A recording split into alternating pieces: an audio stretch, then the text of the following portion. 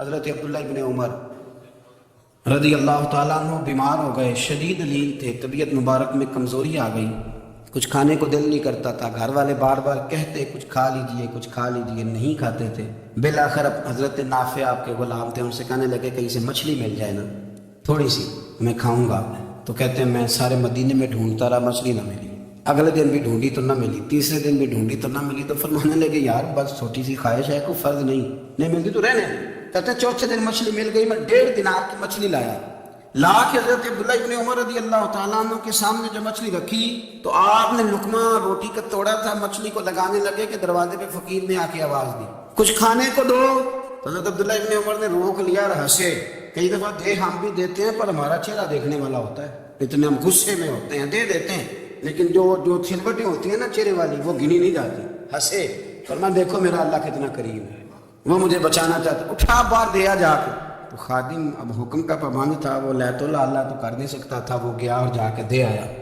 فقیر جب سارے محلے سے آٹا اکٹھا کر لیتے ہیں تو پھر ایک جگہ جا کے بیچتے بھی ہیں۔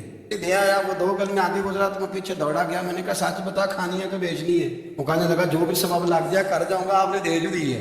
تو کہتے ہیں میں نے اسے کہا کہ یہ 1.5 دینار کی میں نے خریدی تھی، اگر تو 2 دینار کی مجھے بیچ دے تو آج کل مچھلی مدینے میں مل نہیں رہی تو میں اپنے آقا کو دے دوں گا، وہ یہی کھائیں گے، بیمار ہے۔ تو کہنے لگا جی بسم اللہ، مجھے کیا اعتراض ہے، 2 دینار مل رہے ہیں، 1.5 کی مچھلی، اور 1.5 کی بھی کسی نے نہیں خریدنی تھی، اب تو پک گئی۔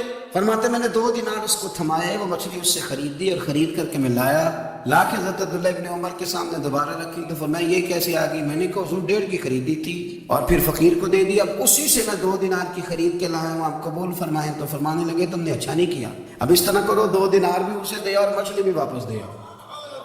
عرض کی حضور کیوں؟ فرمایا تم نے قرآن نہیں پڑھا؟ حضور پڑھا ہے۔ فرمایا رب فرماتا ہے لن تنالوا البر حتى تنفقوا مما تحبون، تم بھلائی کو اس وقت پہنچو گے جب اپنی پیاری چیز راہ خدا میں خرچ کرو۔ امام غزالی نے لکھا ہے، فرمانے لگے دیا تو وہ حضرت نافع کہتے ہیں میں دینے گیا، دے کے واپس آیا تو کچھ پریشان تھا کیونکہ مجھے بھی 4 دن ہو گئے تھے نا تلاش کرتے، تھوڑی طبیعت میں مایوسی تھی کہ اتنی محنت سے میں نے لایا اور آپ نے واپس کر دی۔ تو حضرت عبداللہ ابن عمر نے مجھے قریب بٹھایا، پھر مجھے تھپکی دی، فرمانے لگے پتر میں نے ویسے بھی کبھی جھوٹ نہیں بولا اور آج کل تو میں ویسے ہی بیمار ہوں، ٹائم ہی نہیں، وقت ہی نہیں، موقع ہی نہیں جھوٹ بولنے کا، میں تجھے سچ بتاؤں مجھے مچھلی کھا کے اتنا سکون نہیں ہونا تھا جتنی اللہ کے رستے میں خیرات کھا کے مجھے سکون ہوا۔ تو تجھے تو میری راحت سے غرض ہے نا کہ مجھے راحت کیسے ہوتی ہے، تو مجھے سکون ملا ہے راہ خدا میں بھی، میں نفسانی خواہش پوری کر لیتا تو یہ میرا نفس کل پھر مجھ سے مچھلی مانگتا، پرسوں کہتا نہیں چھوٹے گوشت کی یخنی بھی چاہیے۔ ہم لوگ الجھ گئے ہیں، بہت بڑے قیدی ہیں اپنے آپ کے، بڑے قیدی ہیں، سارا دن اپنی خواہشات کی تکمیل میں بھاگے رہتے ہیں، بڑے بڑے سونے نوجوان۔ میں ان پہ تنقید نہیں کرتا، مجھے ان پہ ترس آتا ہے، جب میں رات کے اندھیروں میں انہیں ٹیلی فون لے کے چوکوں میں کھڑے دیکھتا ہوں تو مجھے رحم آتا ہے۔ میں کہتا ہوں دیکھو نفس کی خواہش کے پیچھے یہ کیا مثلا آخر کیا ہے، اس میں ایک عورت کے پیچھے تباہ کر لیا اپنے آپ کو، یعنی زیادہ سے یہ کوئی مقصود ہے، یہ کوئی مقصد حیات ہے جس کو مقصد بنا لیا۔ میرے عزیز بات کو سمجھ لیں، اتنا خوبصورت آدمی ہے اور اتنا اس کا اونچا قد کاٹ ہے، اور کیا کس کے پیچھے یہ بھاگا ہوا ہے؟ بڑا سمجھدار، دانشور، عقل مند آدمی، ذی روح بندہ، لیکن اس کا سٹیٹس آپ یہ ملاحظہ کریں کہ وہ 20-40 ہزار کی خاطر جھوٹ بولتا ہے، دھوکہ دیتا ہے، فریب اور فراڈ کرتا ہے۔ ہم اپنی نفسانی خواہشات کے پیچھے اس طرح بھاگتے ہیں کہ ہم اصل سے رہ جاتے ہیں۔ میری باتوں میں سمجھ آ رہی ہے آپ حضرات؟ تھوڑا تھوڑا کر کے، ایک ایک کر کے ان کی باتیں کم مانیں۔ ضروری تو نہیں نا کہ سویرے ناشتہ بازار سے اپنی مرضی کا تگڑا کیا ہے، بازار سے لا پوڑیاں چنے بہترین کھائے، اور پوڑیاں چنے ابھی کھائے نہیں، شاپر میں ڈالے ہوئے ہیں اور وہ لے کے ابھی آ رہا ہے، تو ساتھ ہی رستے سے گوشت بھی چھوٹا اچھا لگا تو 2 کلو وہ بھی لے آئے کہ پوڑیاں چنے کھاؤں گا اور دوپہر کے لیے گوشت پکاؤں گا۔ اور پہلے یہ تو کھا لے صاحب، اس سے تو نجات پا لے۔ یہ پتہ نہیں ہضم ہوتا ہے کہ کچھ اور کرتا کرے ساتھ، لیکن وہ گوشت بھی ساتھ لے آیا، یعنی ٹیبل پہ ناشتے کے ٹیبل پہ بیٹھ کے فیصلہ ہو رہا ہوتا ہے کہ ہم نے کیا کھانا ہے، ہم نے کدھر جانا ہے۔ سنگیو یاد رکھو، باتوں کو سمجھو اور غور کرو۔ یہ تھوڑا تھوڑا کر کے جب ہم چھٹکارا حاصل کرنے کی کوشش کریں گے نا، چھٹکارا حاصل کرنے کی، کئی جگہ سے اس جگہ سے اگر آپ کو تنبیہ ہوتی ہے نا، تنبیہ، اس میں بھی بڑا مزہ آتا ہے، اس میں بڑا ہمارے بزرگ تھے۔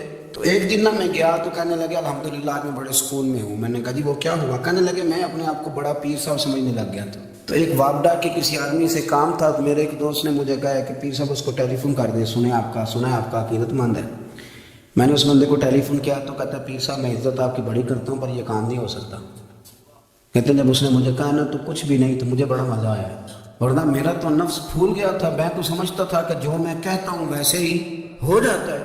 کہتے اس نے تھوڑا سا نا مجھے لیول میں کیا ہے، مجھے مزہ آیا۔ یہ لوگ نا اپنے اوپر بوجھ ڈالتے تھے، یہ تھوڑا تھوڑا پیچھے ہٹتے تھے، یہ سمجھتے تھے کہ اس طرح تو ہماری تکمیل رہ جائے گی، صبح سے شام تک اگر اسی نفس کی باتیں مانتے رہیں گے تو خرابی کرے گا۔ دولت کا نشہ ہے بھائی، دولت کٹھی کرنے والا کسی جگہ سیر نہیں ہوتا، حسن کا نشہ ہے، حسن کا نشہ ہے۔ حضرت ابوبکر شبلی رحمۃ اللہ علیہ فرمایا کرتے تھے جو تیری بیٹی کو خوبصورت سمجھ کے اس کے ساتھ نکاح کرنے چاہے اسے بیٹی نہ دینا۔ حضرت جی کیوں؟ فرمایا حسن تو تھوڑے دن کے بعد ختم ہو جائے گا، پھر وہ اس کی قدر نہیں کرے گا، وہ تو کہیں اور منہ مارتا پھرے گا۔ حضرت ابوبکر شبلی رحمۃ اللہ تعالیٰ علیہ کی بیٹی خوبصورت تھی، ایک نوجوان کہنے لگا میرا نکاح کر دیں۔ آپ فرمانے لگے پتر تو 1 مہینے کے بعد آنا کر دوں گا، بڑی موٹی تازی خوبصورت صاحبزادی۔ تو حضرت نے اسے دوائی کھلائی، اسے پخانے لگ گئے، جو پخانہ کرتی ایک مٹکے میں سنبھال دیتے۔ تھوڑا وقت گزرا تو وہ ہڈیوں کا پنجر بن گئی، مہینے بھر میں دست اتنے آئے کہ کمزور ہو گئی۔ تو تب ابوبکر شبلی 1 مہینے کے بعد نوجوان کو بلایا، فرمایا ادھر آ تیرا نکاح کروں۔ بچے دکھائی تو وہ کمزور بستر پہ پڑی، فرمایا شادی کر، کہنے لگا اسے نہیں میں نے کرنا۔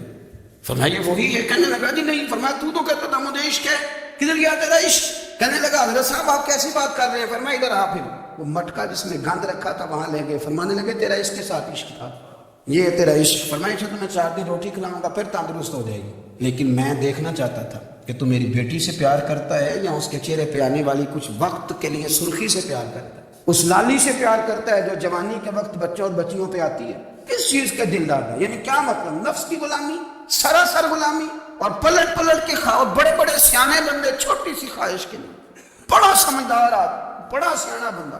میں ایک بڑے بزرگ عالم تھے، میں ایک دفعہ ملنے گیا تو پائے پکا رہے تھے، خود پائے پکا رہے تھے، تو وہ بڑے پیار کی بات ہوتی ہے نا، تو تامت باندھی ہوئی اور بڑی جناب خستہ حالی، اور وہ پائے پکا رہے ہیں۔ تو میں نے ان سے کہا، میں نے کہا حضرت جی پائے تو کسی اور نے بھی پکا لینے تھے، آپ بخاری لے کے بیٹھتے، چلو میری طرح کا کوئی بندہ آپ سے استفادہ بھی کر لیتا۔ اب پائے آپ لائیں گے، پھر پکائیں گے، پھر آپ کھائیں گے، تو یہ تو 24 گھنٹے آپ کسی کام میں گزر جائیں گے۔ تو یہ ایک چھوٹی سی خواہش کے لیے میں کسی چیز کو حرام نہیں کہہ رہا، قرآن پاک کی جو آیت پڑھی ہے صرف اس کی تفسیر آپ کے سامنے عرض کر رہا ہوں۔ ہماری خواہشات ماں پالتی ہے، آپ کو نہیں پتا کتنے دکھ سہتی ہے۔ میں ان ماؤں کو جانتا ہوں جو بیٹے کے حصوں کی مار بھی اس کے ابے سے کھاتی ہیں، مار کھاتی ہے۔ ایک خاتون ایک کان سے سنتا نہیں، میرے پاس ایک دفعہ آئی، کہنے لگی سٹ لگ گئی سی، کوئی دعا کر دے یا کوئی وظیفہ پر، ڈاکٹر کہتے ہیں ٹھیک نہیں ہو سکتے۔ میں نے کہا باجی صحیح بتاؤ مسئلہ کیا ہے؟ کہنے نہیں کچھ بھی نہیں، مسئلہ کیا ہونا ہے، پتر غلط نکل آیا ہے، اس کا باپ روز مارتا ہے، میں آ بھی گئی ہوں تو اس نے ایک تھپڑ میرے کان پہ مار دیا، پردہ پھٹ گیا۔